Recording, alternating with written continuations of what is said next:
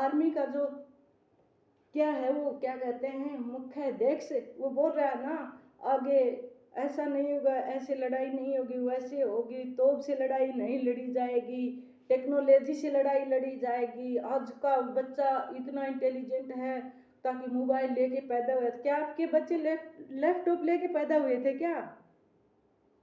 आप 4 साल की नौकरी क्यों नहीं कर सकते?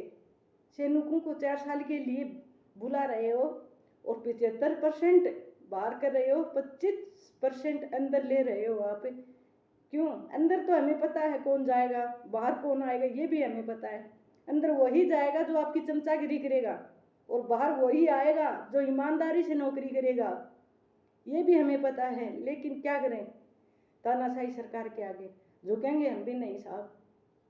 ये आपको खुली चेतावनी है। हमारे भाई लड़ाई लड़ रहे हैं और जब तक लड़ते रहेंगे हमारा हक हमें नहीं मिल जाता।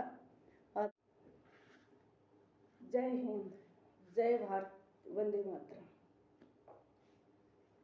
माननीय मोदी जी, हाथ जोड़ के निवेदन कर रहे हैं, और माननीय राजनाथ जी, रक्षा मंत्री जी, प्लीज इन बच्चों की तरफ ध्यान दीजिए जो इनका आर्मी एग्जाम और एयरफोर्स की ज्वाइनिंग जो बाकी है।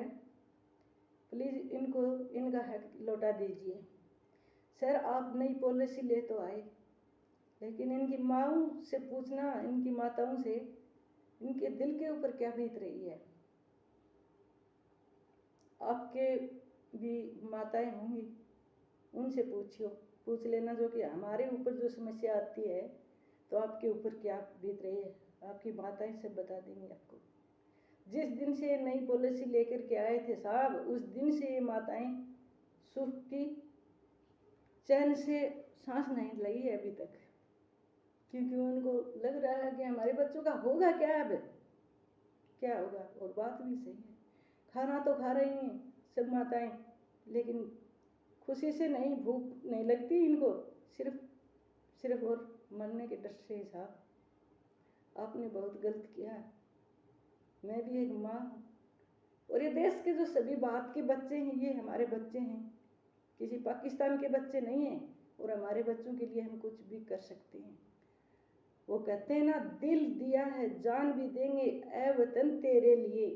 जब जब हमारे ऊपर समस्या आएगी, हमारे बच्चों के ऊपर और हमारे भारत देश के ऊपर, हम पीछे नहीं हटेंगे साहब। कान खोल के सुन लेना, कुछ भी करो हम करेंगे, जो बन पड़ेगा वो हम करेंगे साहब। सिर्फ अभी तो यही हम आपसे रिक्वेस्ट कर रहे हैं, माननीय प्रधानमंत्री जी, आप हमारे पिता तुल्य हैं। राजनाथ जी, रक्षा मंत्री जी, आप भी हमारे पिता तुल्य हैं। हम आपसे हाथ जोड़ के ये विनती कर रहे हैं साहब, हमारे बच्चों का हक दे दीजिए।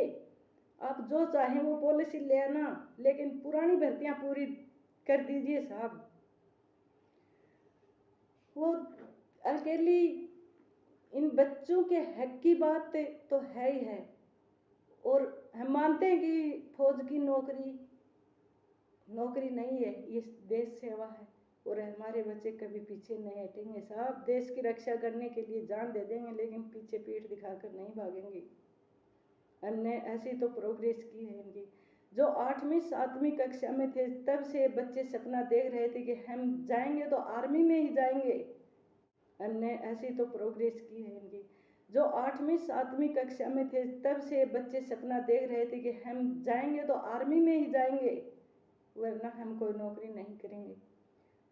हमने 3-3 बजे रात को, 2:30 बजे भी इन बच्चों को ग्राउंड में रेस मारते हुए देखा है। बताओ इन बच्चों का क्या कसूर था?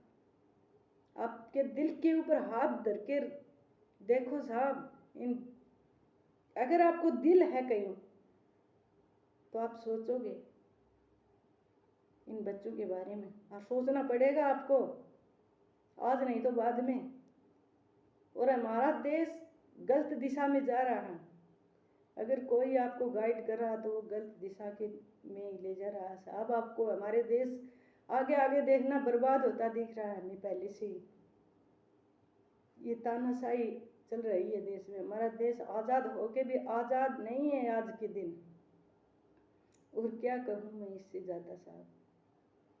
इन बच्चों का तो कोई कसूर नहीं था। हम तो विरोध करते हैं अग्निपथ का। आपने अग्निवीर नाम तो बहुत अच्छा और बड़ा दे दिया, सुनने के लिए अच्छा है, लेकिन आपने नाम ही अग्निवीर दे दिया तो देश में आग लगते देर नहीं लगेगी, ये भी सोच लेना, और फिर बाद में पछताओगे।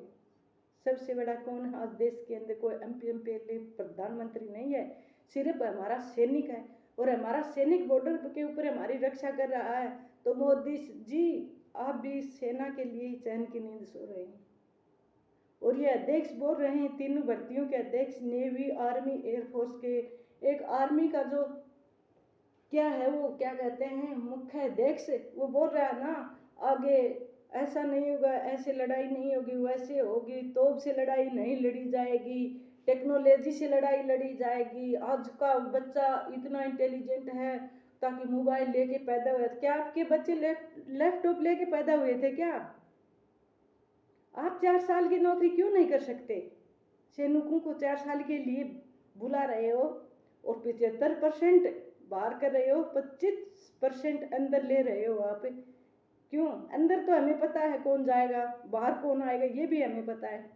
अंदर वही जाएगा जो आपकी चमचागिरी करेगा, और बाहर वही आएगा जो ईमानदारी से नौकरी करेगा, ये भी हमें पता है। लेकिन क्या करें, तानाशाही सरकार के आगे झुकेंगे हम भी नहीं साहब, ये आपको खुली चेतावनी है। हमारे भाई लड़ाई लड़ रहे हैं, और जब तक लड़ते रहेंगे हमारा हक हमें नहीं मिल जाता।